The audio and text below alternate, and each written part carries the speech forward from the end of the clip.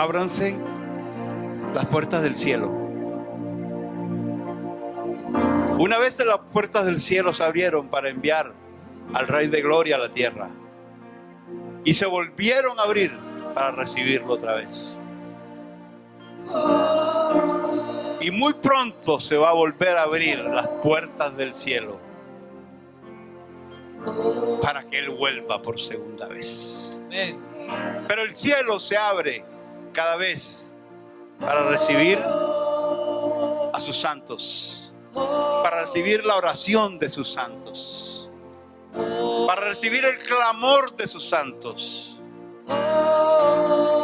Ábranse puertas eternas, porque el Rey de Gloria está caminando y viene hacia ti, viene hacia nosotros. Rey de Gloria, Rey de poder, santo y maravilloso Dios, abres tus brazos, abres tu corazón y nos motivas a abrir el nuestro también, y nuestros brazos, Señor, para recibirte, Señor. Ábrase el cielo, porque el Rey de Gloria quiere hablarte. Le he titulado el mensaje del día de hoy: Dios te cuida. Tú también. Dios te cuida, tú también.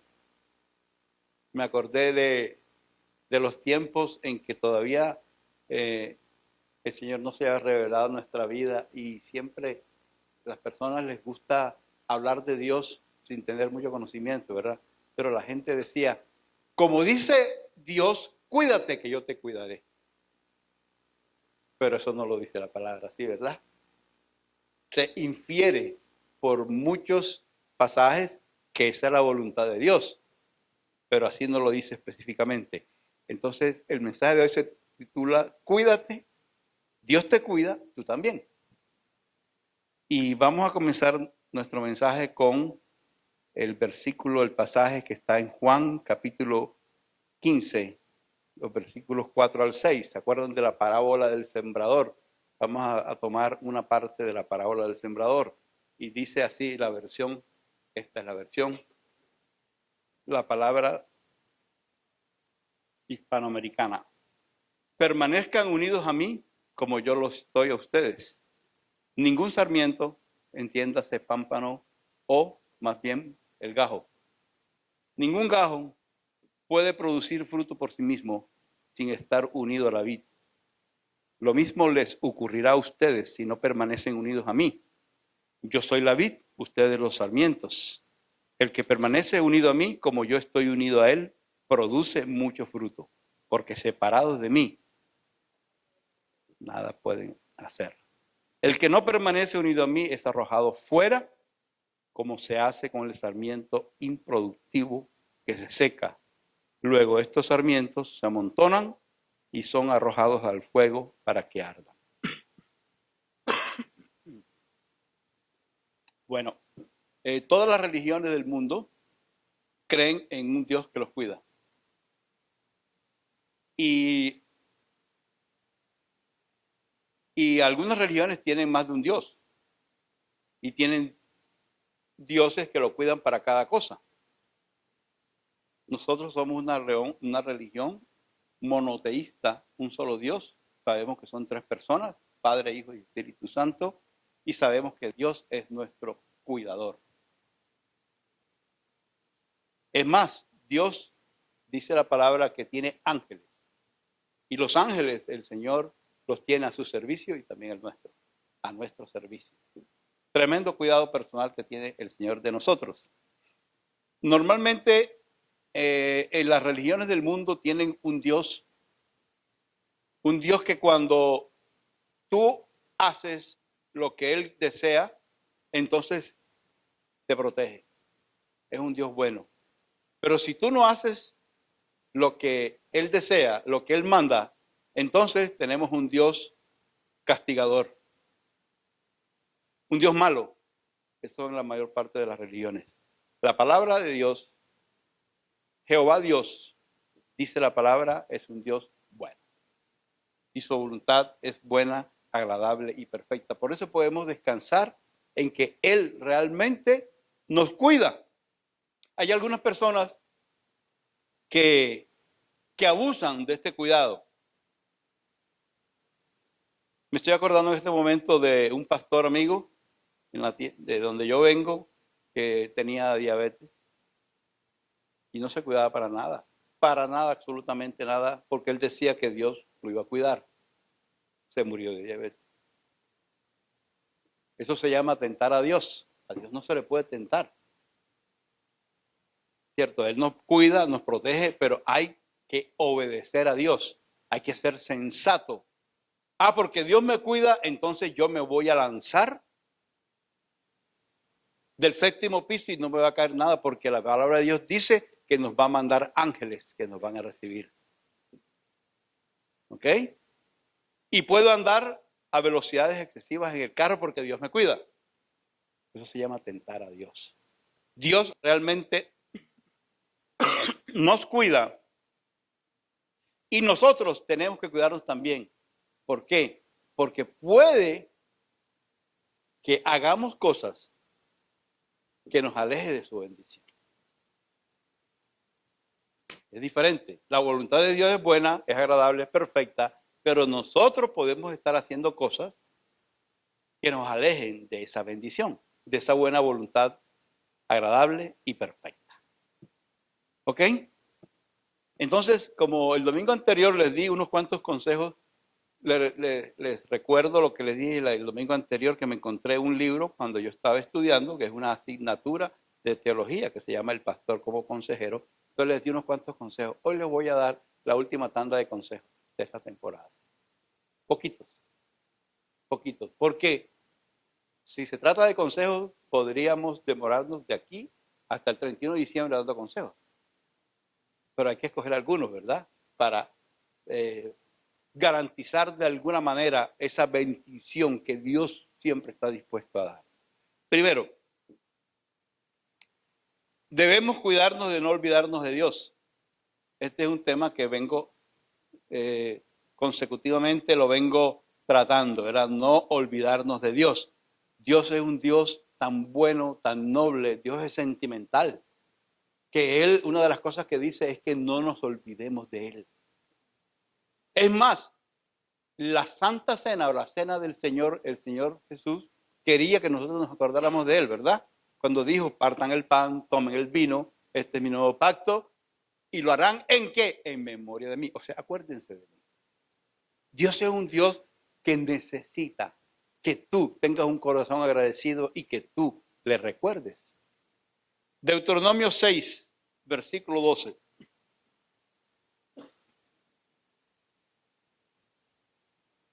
Ten mucho cuidado de no olvidarte del Señor. ¿Quién te rescató de la esclavitud de Egipto? Recuerden, para el creyente, nosotros éramos esclavos antes de que el Señor viniera a nuestra vida. ¿Esclavos de qué? Del pecado, esclavos del enemigo y esclavos de la muerte. ¿Por qué? Porque estábamos destinados irremediablemente a la muerte eterna. Cuando el Señor llega a nuestra vida, nos libera del pecado, aunque seguimos siendo pecadores porque no somos perfectos, pero tenemos un corazón dispuesto para Dios. Y Él siempre estará dispuesto para nosotros, para perdonarnos.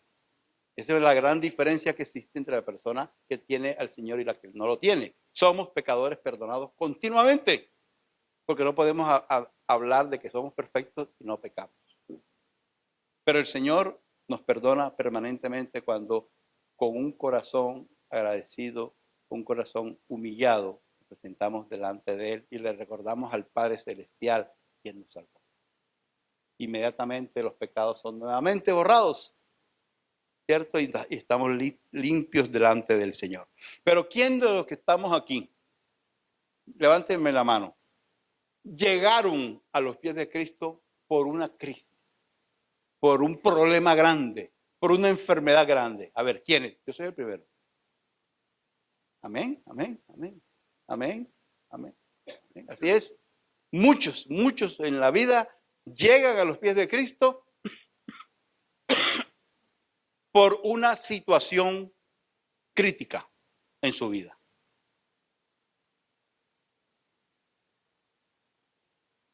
Y llegan a los pies del Señor y llegan a la iglesia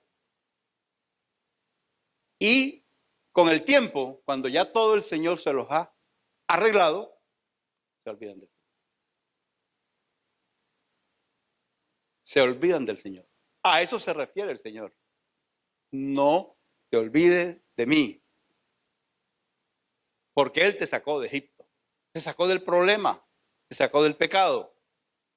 Yo fui uno, se los voy a repetir, una cosa que siempre he repetido. Y dice la Biblia que nosotros debemos dar testimonio de lo que Cristo hizo en nosotros, pero el Señor a mí me atrajo por medio de una crisis terrible, terrible, una crisis horrible. Había amenazas de muerte, fue una quiebra económica, había amenazas de secuestro de los niños, nos llamaban por teléfono. Nosotros sabemos dónde estudian tus hijos. Sabemos a qué hora los llevas, sabemos a qué hora los recogen. Todo eso, yo llevaba a mis hijos al colegio, pero no los recogía. Y todo eso me lo dijeron, usted lo lleva a tal hora y se los llevan a usted después. Nos tenían vigilados. Y esa crisis hizo que yo me acercara a ti.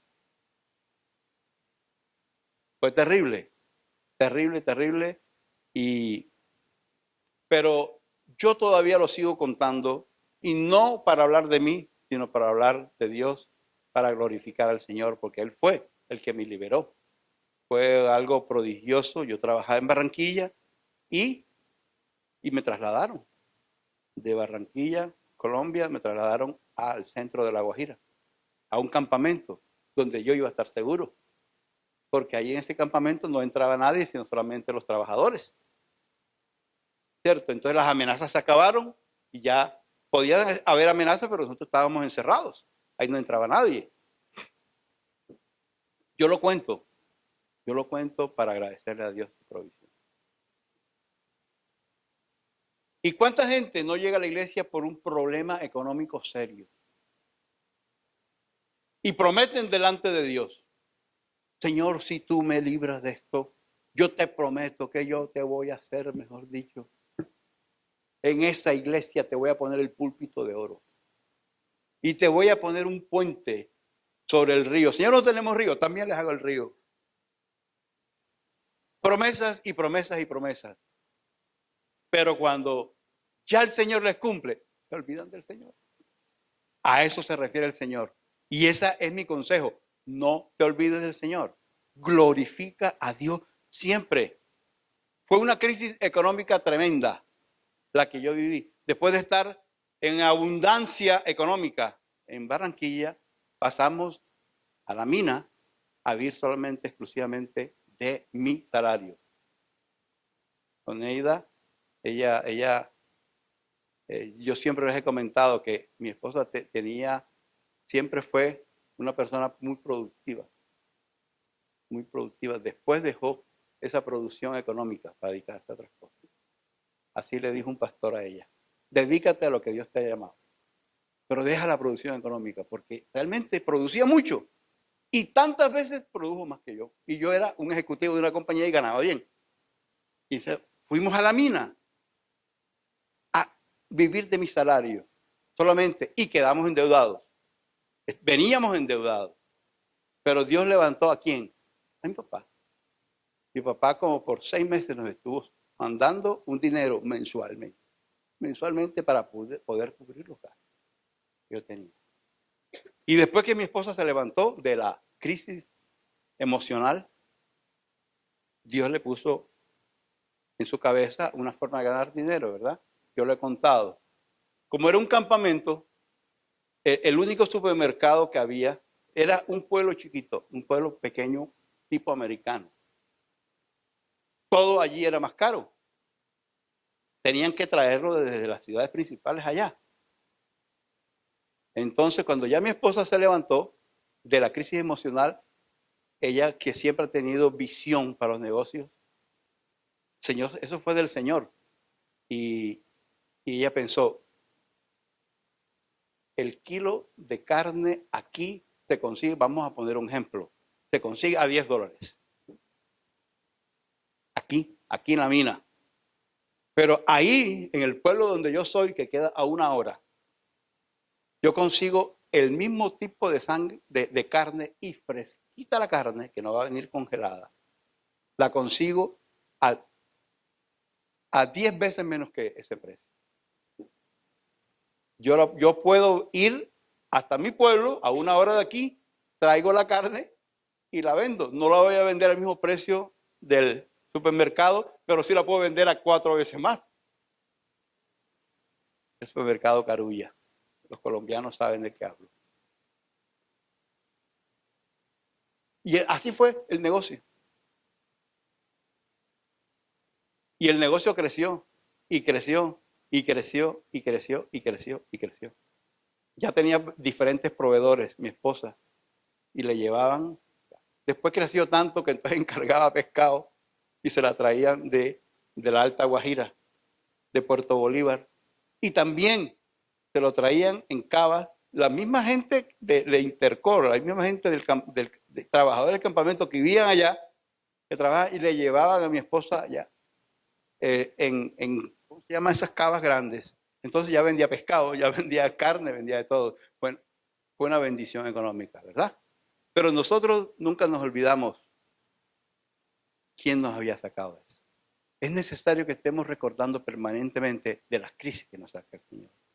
¿Cuántas veces llegamos a Dios por una crisis, por una enfermedad de un hijo?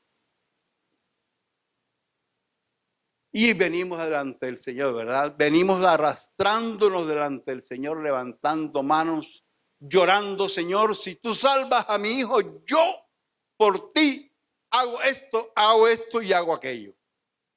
Y el Señor es sano, el niño es sano y después se olvidan del Señor.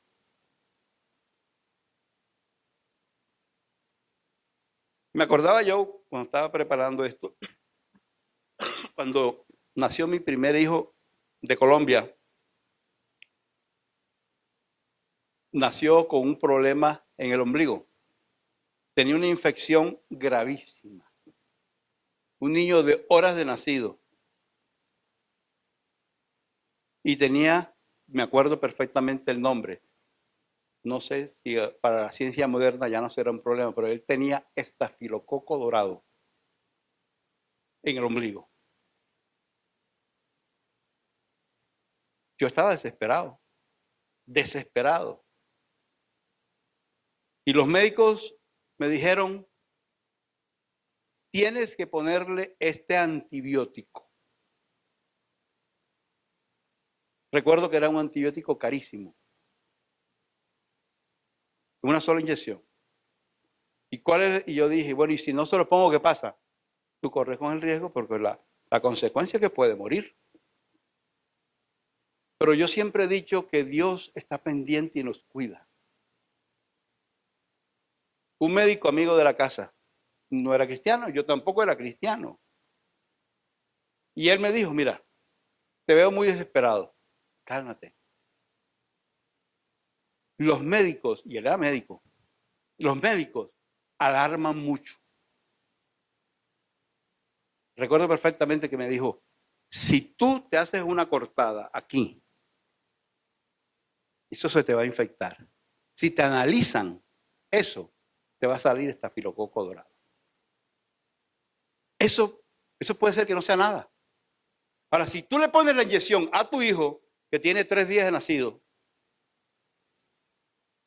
puede que la misma inyección lo mate.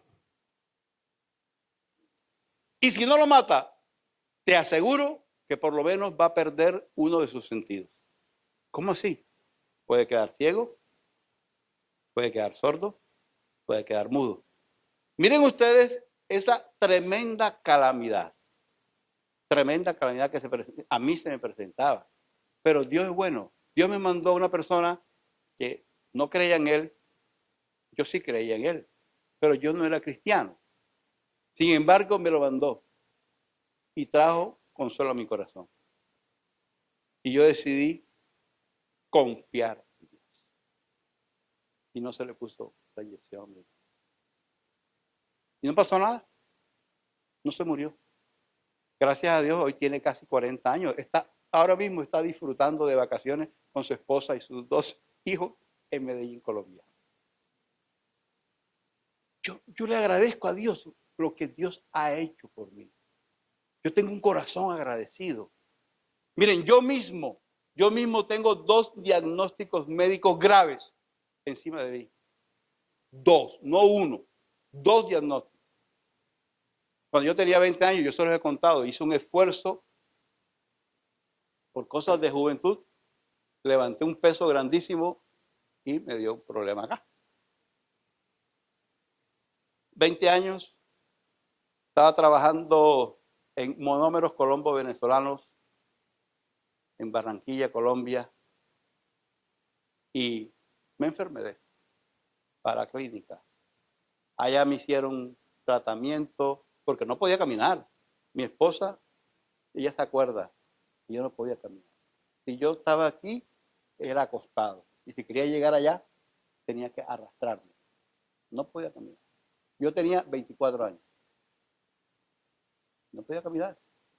Y el médico que me atendió por cuenta de la compañía me dijo, te tengo que operar de la columna.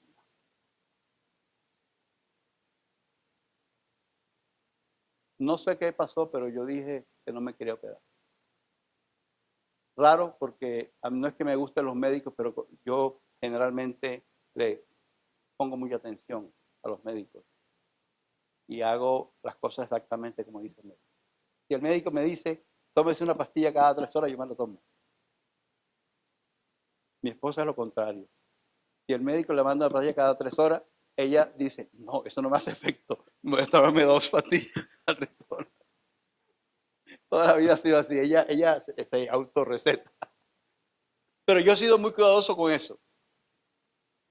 Amor, no estoy diciendo mentira, ¿verdad? No te vas a molestar por eso. Y allá el médico me dijo, ¿te tienes que operar? Yo dije, no, doctor, no, yo no opero. Ok, está bien, fírmeme aquí. Era un documento donde yo desistía de la cirugía y lo eximía él de responsabilidad. Y me dijo, te garantizo que por la decisión que tomaste, cuando cumplas 40 años, tú vas a estar en una silla de ruedas. No vas a poder caminar. Y de verdad que tuve unas crisis tremendas, que yo no podía caminar. Literalmente no caminaba. Cuando me daba esa crisis. Dios es bueno. Yo siempre he dicho que Dios nos cuida. Por eso nosotros tenemos que cuidarnos también nosotros. Yo conocí al Señor cuando yo tenía 37 años de edad. Y aquí estoy, hasta que yo me cuido. Yo me cuido de esto. Porque yo sé que cualquier cosita que yo haga, el único peso que yo levanto es cuando la cargo a ella. Yo no alzo ningún peso porque eso es preciso que voy para la cama. Pero de ahí en fuera yo estoy caminando perfectamente bien. No se me nota nada. Y tengo un diagnóstico médico que iba a estar en silla de ruedas a los 40. Por eso yo te digo, a los 37 años yo conocí al Señor. Y más o menos yo tenía 40 años que estaba yo en la mina y estaba haciendo cosas, allí estaba tiñéndome los zapatos. Había ido a Barranquilla a conseguir tintes y cogí varios zapatos para cambiarle el color a los zapatos, temas. Y estaba yo haciendo esa operación cuando de pronto siento un mareo. Mareo que fue la cosa más horrible. Yo estaba solo en ese momento y como pude, subí al porche de la casa y me tropezaba con las paredes del pasillo y me tiré en la cama. Me tiro en la cama y era como un remolino así, hundiéndome. Una cosa horrible. horrible, horrible, horrible. Bueno, fue un vértigo, fue un problema del oído. El médico especialista también me lanzó un diagnóstico grave. Me dijo, usted va a poder volver a trabajar, pero usted no va a ser el mismo, porque usted toda la vida va a vivir mareado. Toda la vida va a vivir mareado. Entonces usted tiene que tener cuidado. Y fue algo muy serio. Yo estuve casi 6 meses sin trabajar. 6 meses me duró. Pero yo había recibido a Cristo. Y hoy le agradezco al Señor lo que hizo por mí. Porque la persona que me discipuló, tú a tú, que fue el pastor Roberto Silvera, que por aquí ha venido y ha predicado, me visitaba en la casa. Me visitaba. Me decía, tú estás sano. No recibas esto. No le creas al médico, créale a Dios. Y me mostraba los versículos bíblicos, ¿verdad? Por la llaga de Cristo somos nosotros curados. Y me infundía esa fe, y me infundía esa fe, y me infundía. Y comencé a trabajar. Yo recuerdo que los compañeros de trabajo me decían, cuando me veían por los corredores, me decían, ahí viene el avión, porque yo andaba así, para poder tener equilibrio, para caminar en los pasillos. Ahí viene el avión, como un aeroplano. Y allá se me presentaba Roberto Silvera a la oficina. No le creas al diablo, no le creas. Eso es mentira, tú estás sano. Y yo decía, sí, tengo mareo. Sí, sí, tú tienes mareo, pero tú estás sano. Mira, el Señor dijo que tú estás sano. Y me puso eso en mi corazón, de tal manera que otro del diagnóstico médico era que yo jamás podría volver a conducir un vehículo. Jamás iba a volver a conducir un vehículo. Y un día me le presenté a mi esposa. Ella me iba a buscar al trabajo para llevarme a la casa, ahí mismo dentro del campamento. Y me le presenté yo manejando la camioneta de la compañía. ¿Y eso qué es? Me atreví. Me atreví. Pero me atreví e iba orando, orando y manejando. Y yo recuerdo, no sé, todos los que conducen, no sé si tendrán la costumbre que tengo yo, pero yo voy pendiente de los controles. Gasolina, temperatura, etcétera. Y yo cada vez que hacía así, se me iba el mundo. Se me iba el mundo. Yo no tenía control absoluto. Entonces tenía que tener la vista fija así.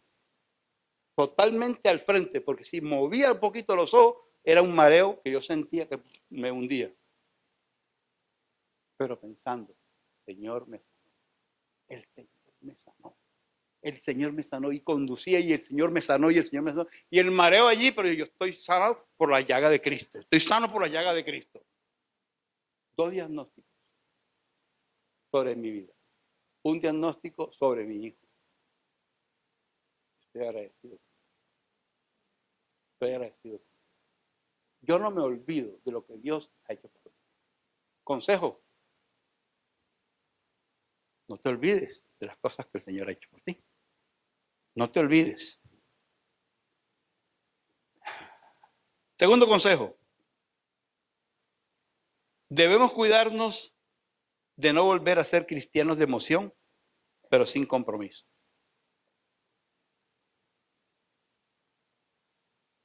¿Cuántos de nosotros y cuántas personas no aceptan al Señor en un momento de emoción, verdad? Manejan sus vidas cristianas y sus decisiones cristianas en base a sus emociones, no en base a la fe y a la confianza en la palabra del Señor. Muchos somos así. Emociones. No me gustó este domingo la prédica del pastor. No sentí nada. ¿Quién ha dicho que tú estás llamado a sentir? La palabra de Dios no es para sentirla, es para obedecerla. Nada más. No sé qué le pasa a esa alabanza. No sé qué le pasa. Me gusta. ¿Ah? ¿Qué tal esa? O sea, están totalmente en contra de la palabra de Dios, porque tú tienes que meterte a alabar al Señor. Tienes que adorar al Señor. Tú no llegas a la iglesia para que Dios te complazca a ti. Tú llegas a la iglesia para complacer a Dios, para adorar a Dios, para darle gracias, con un corazón humilde, con un corazón humillado, con un corazón agradecido. Para eso es que uno busca a Dios. Pero estamos emocionalmente ligados a Dios, pensando que Dios se va a manifestar en nuestra vida, que nos va a complacer en todas las cosas. No me gustó cómo hicieron hoy el servicio. Oye, si el servicio se hace es para adorar a Dios, tú tienes que meterte dentro de eso. Así de sencillo. Métete dentro de eso. Tú vas a adorar a Dios, no vas a hacer otra cosa. Y el versículo que estamos utilizando hoy es el de Lucas capítulo 8 y 13. ¿Se acuerdan del sembrador, no? Las semillas que cayeron entre piedras representan a los que reciben el mensaje con alegría. Pero como no lo entienden, en cuanto tienen problemas, dejan de confiar en Dios.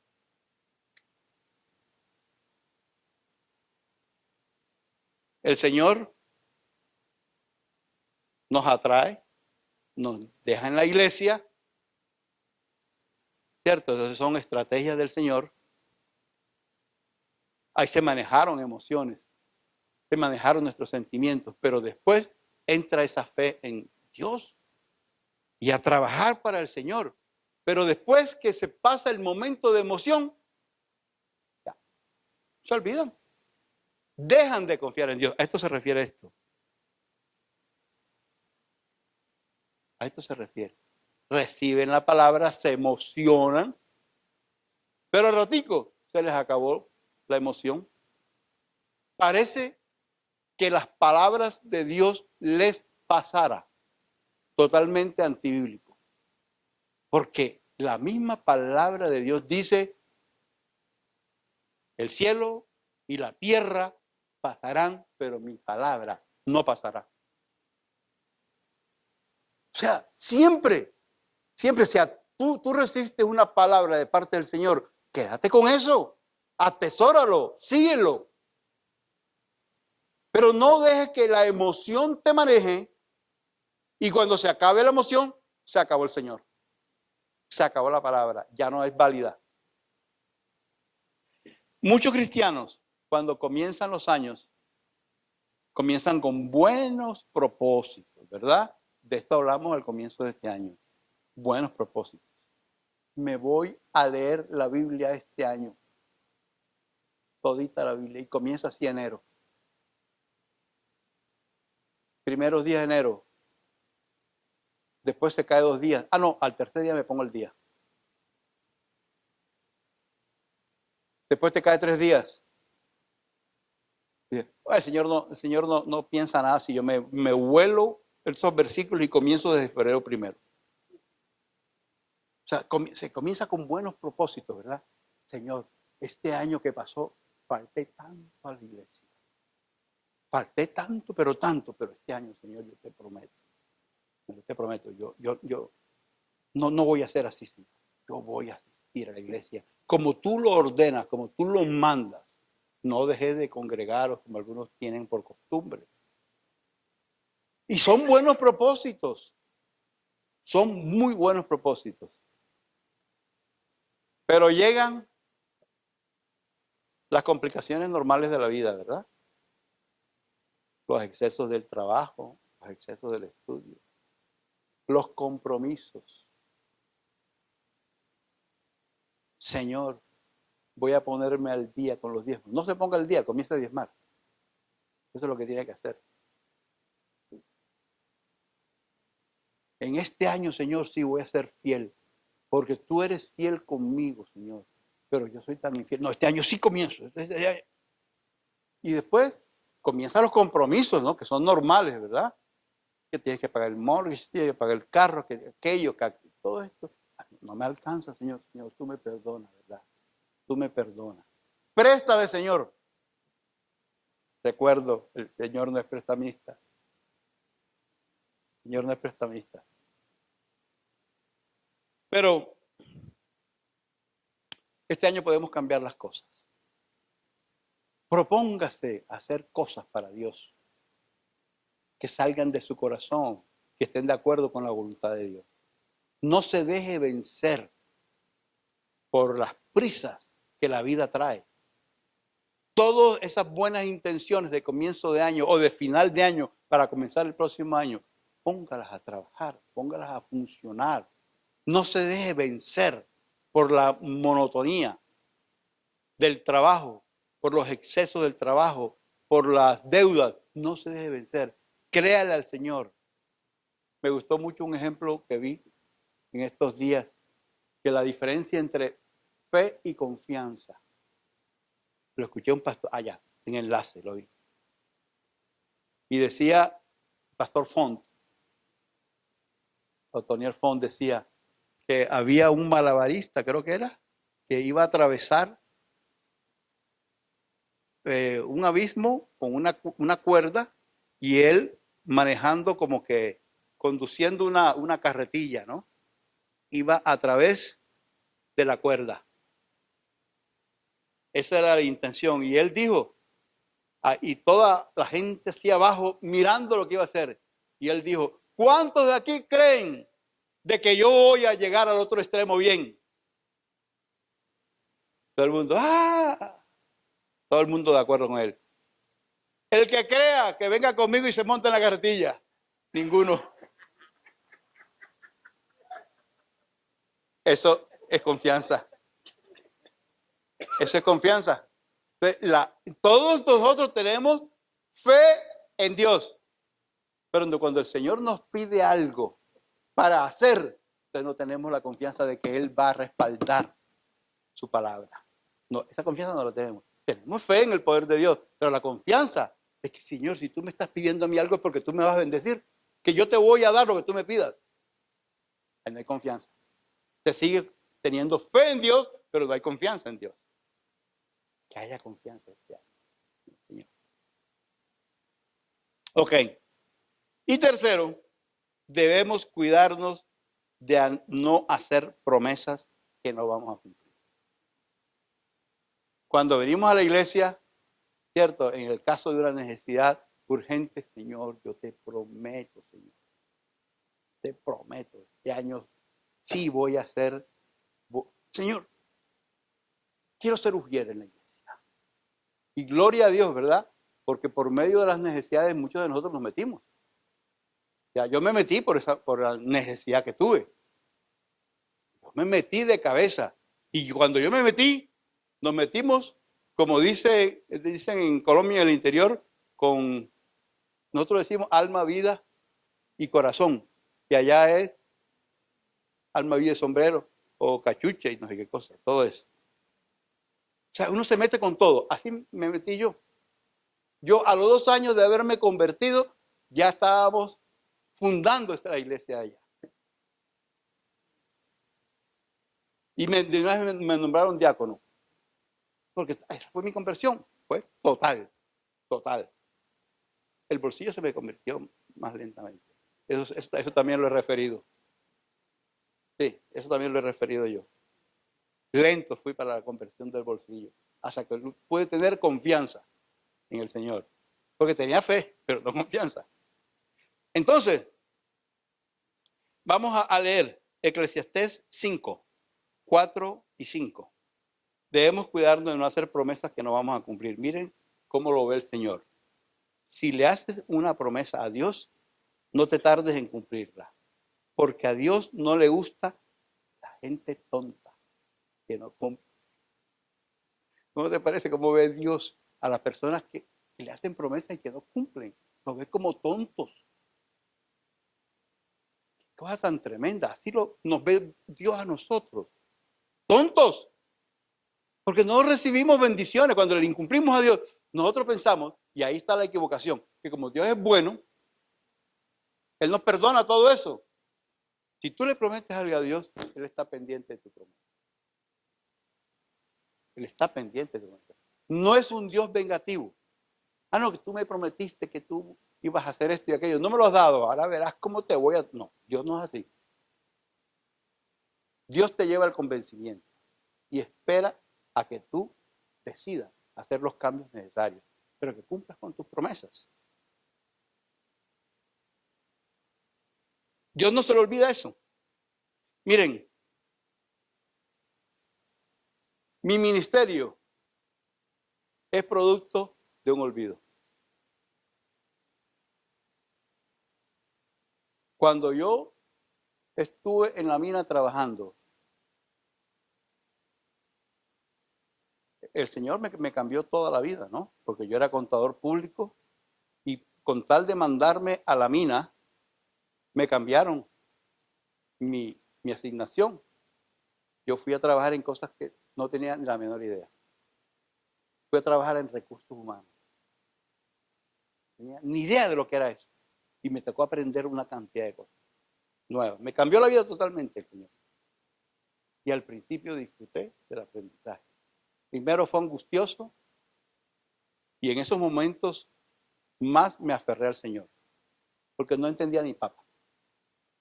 No entendía nada de lo que había ahí. Mi vida eran números, balance. Eso era mi vida. Y de pronto me lleva a manejar una cantidad de cosas que no tenía ni idea.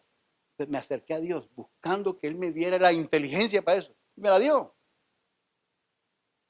Pero el Señor comenzó a trabajar en mí. Comenzó a trabajar en mí y llegó el momento en que yo no sentía deseos de trabajar. Y yo le decía a mi esposa, le decía, no sé qué me pasa, pero no le encuentro gusto al trabajo. Yo quisiera trabajarle más a Dios. Yo quisiera trabajarle más a Dios. Quisiera tener más tiempo de trabajar al Señor. Porque la verdad era que el trabajo era muy pesado, hasta angustioso podía decirse. De allá del campamento salieron más de 15 personas durante el tiempo que yo estuve ahí, salieron loquitos. Tal era la presión del trabajo que había. Salieron para clínicas de reposo. Y yo le dije a mi esposa, ya no siento deseo de seguir trabajando. Y ella me dijo, bueno, vamos a orar por esto, vamos a orar. Y comenzamos a orar.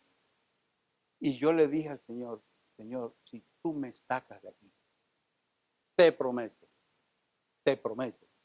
que yo voy a estudiar. Y voy a prepararme porque te quiero servir, te quiero dar. Mi vida te la quiero dar completamente a ti. No quiero volver a trabajar en cosas seculares. Quiero trabajar en tu reino. Y el Señor me sacó de allá y me sacó en 20. Me sacó súper bien, súper bien. Si fuera universidad hubiera dicho graduado con honores. Me sacó súper bien del campamento. Y con dinero. Y cuando salimos de allí, había muchos negocios, muchos negocios.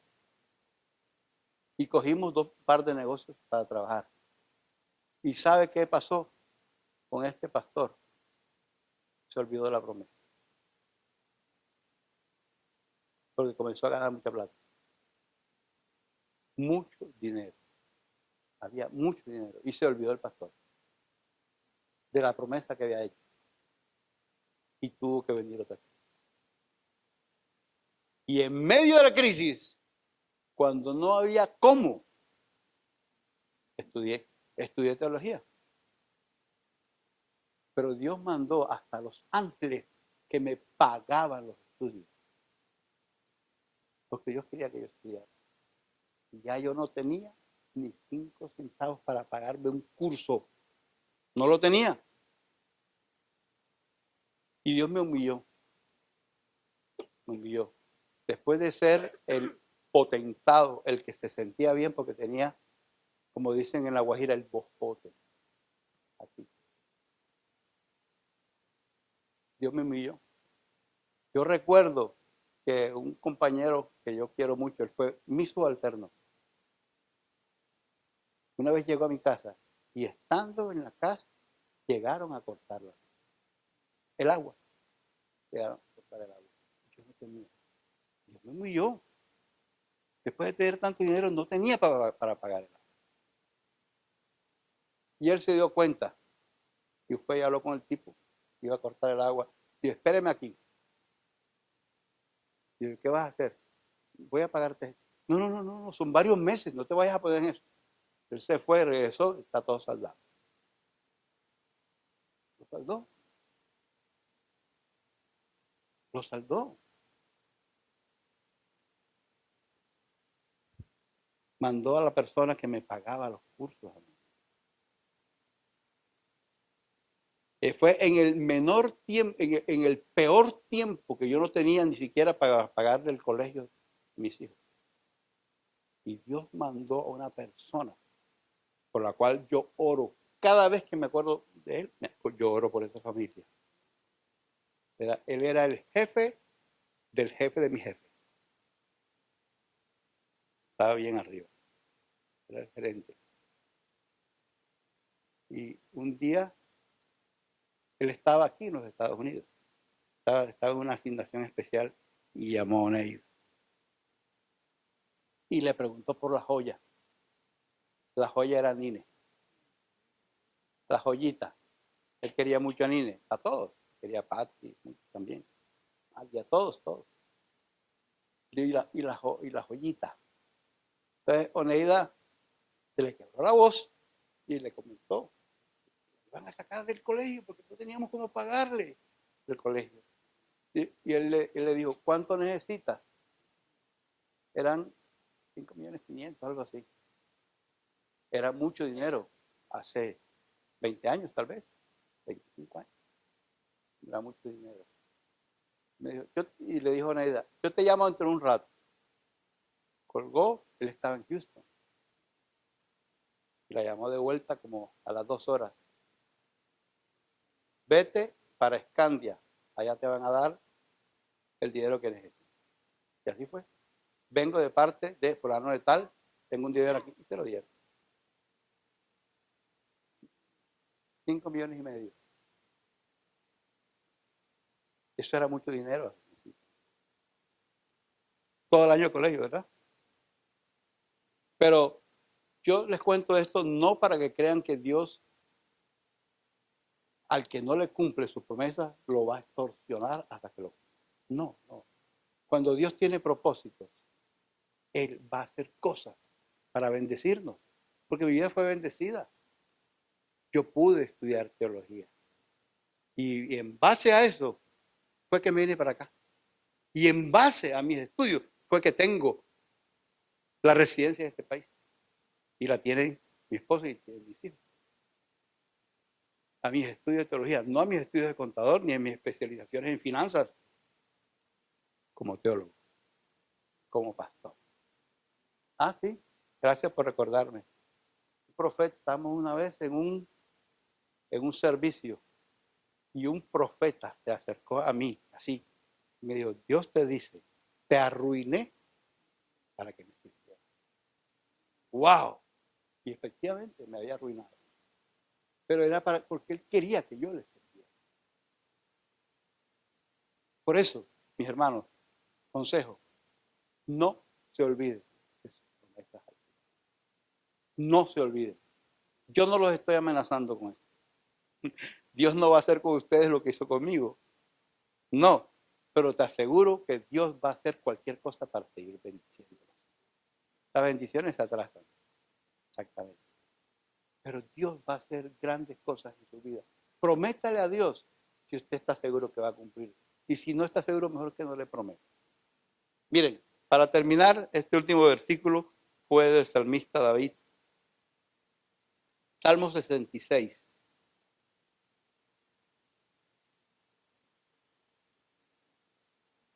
Versículos 13 y 14. Yo me presentaré en tu templo con ofrendas especiales en tu honor. Así te cumpliré mis promesas. Las promesas que yo mismo te hice cuando me vi en problemas. ¡Ah! ¿Cuántos problemas no tenemos todos nosotros, verdad? ¿Cuántos problemas no tenemos? Pero nosotros podemos estar seguros que hay un Dios que nos cuida. que es nuestro cuidador, es nuestro proveedor, es nuestro sanador. Un Dios que merece toda la gloria y toda la honra. ¿Cómo no darle al Señor lo mejor de nuestra vida si ya Él nos dio lo mejor de su vida, que fue a su Hijo Jesús? Él nos ha dado el regalo más grande, que es el cielo. Él, a través de nuestra vida, nos ha ido demostrando que nos ama, así como sanó a mi hijo. Puede sanar el de ustedes. Escuchaba hace poco en la radio, creo que fue un testimonio de una persona que dijo: Dios todavía sigue haciendo milagros, y me acordé, lo retengo, porque esa persona estaba en mudanza, así como estamos nosotros. Y decía: nos teníamos que mudar y no teníamos ni dinero siquiera para pagar la mudanza. Teníamos que hacerlo nosotros todo lo teníamos que hacer. No teníamos dinero para mudarnos. Y dice esa persona emocionada: mi esposo encontró un sobre y le dijo a mi mujer, y le dijo a ella, no sabía que tenías un ahorrito. Ya le dijo: yo no tengo ningún ahorrito. Dije: no me digas mentiras, mi amor, que aquí tengo este sobrecito, lo encontré en el closet. Había $4,500. Dios sigue haciendo milagros. Y dice que ella, en agradecimiento, abrió sus puertas para que en su casa nueva se abriera un grupo de oración. No te olvides de lo que Dios hace todos los días de nuestra vida. Dios está pendiente del más mínimo detalle. Nosotros somos, de verdad, perdónenme, pero somos unos desagradecidos. No estamos a la altura del amor de Dios. Él se merece toda la gloria y toda la honra, y nosotros no lo tratamos así. Somos mezquinos con Él. Tontos.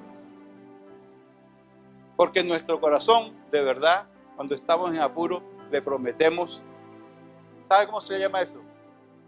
Me corrigen los que sean abogados, pero creo que eso se llama estupro. En español la palabra es estupro. Estupro está catalogado como un delito. Es cuando uno promete algo para conseguir, pero después de conseguido, olvida lo prometido. Se llama estupro. Y ahora voy a inventarme una palabra. Muchos de nosotros somos estúpidos. Sí. ¿Cuánto no prometemos cuando estamos en dificultad? Pero cuando ya el Señor nos bendice, nos olvidamos de Dios. Dios no merece eso. Dios merece la gloria y la honra. Pónganse en pie. Tú, Altísimo, milagroso Salvador, no hay nadie como tú. No hay nadie. No hay nadie como tú, Altísimo, milagroso Salvador, no hay nadie como tú. No hay nadie como tú, Altísimo, milagroso Salvador, no hay nadie como tú. No hay nadie como tú. Repita conmigo. En este día declaro en el nombre poderoso de Jesús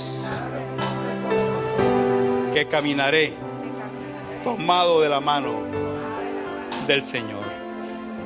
Padre y Dios eterno, gracias por esta palabra del día de hoy. Te pido perdón, Señor, por tantas veces que te he prometido y que he fallado. Pero tú, Señor, nunca fallas. Señor, tú eres nuestro modelo. Y cuando tú prometes en tu palabra, tú cumples. Y si somos hechos como nos hiciste, a tu imagen y semejanza, Señor, debemos ser cumplidores de las promesas que hacemos y sobre todo las que te hacemos. Padre, perdón. Perdón porque no he estado a la altura del dignísimo cargo que me pusiste cuando me elegiste como tu servidor, como tu pastor, como tu cantante, como tu aportador. Perdón, Señor, pero yo voy a caminar contigo, Señor, porque separado de ti no puedo dar fruto. Yo sé, Señor, que tu voluntad es buena, es agradable y perfecta. Y tú nos llevarás de gloria en gloria. Y los impedimentos solamente lo que hacen es atrasar nuestra victoria final. Porque tú harás lo que tengas que hacer para que seamos bendecidos, para que caminemos contigo, para que nuestro camino sea cada vez más amplio, sea más bendecido, que sea como la luz de la aurora, que siempre va en aumento hasta que el día sea perfecto. Gracias, Señor. Gracias, mi Rey, mi Señor. Gracias por la sanidad que das a nuestros cuerpos. Gracias por la sanidad de nuestros hijos. Gracias por las provisiones milagrosas que nos das. Gracias por tu palabra, Señor, porque nos hablas y somos tus ovejas y te oímos, Señor. Tú eres altísimo, Señor. Milagroso, Señor.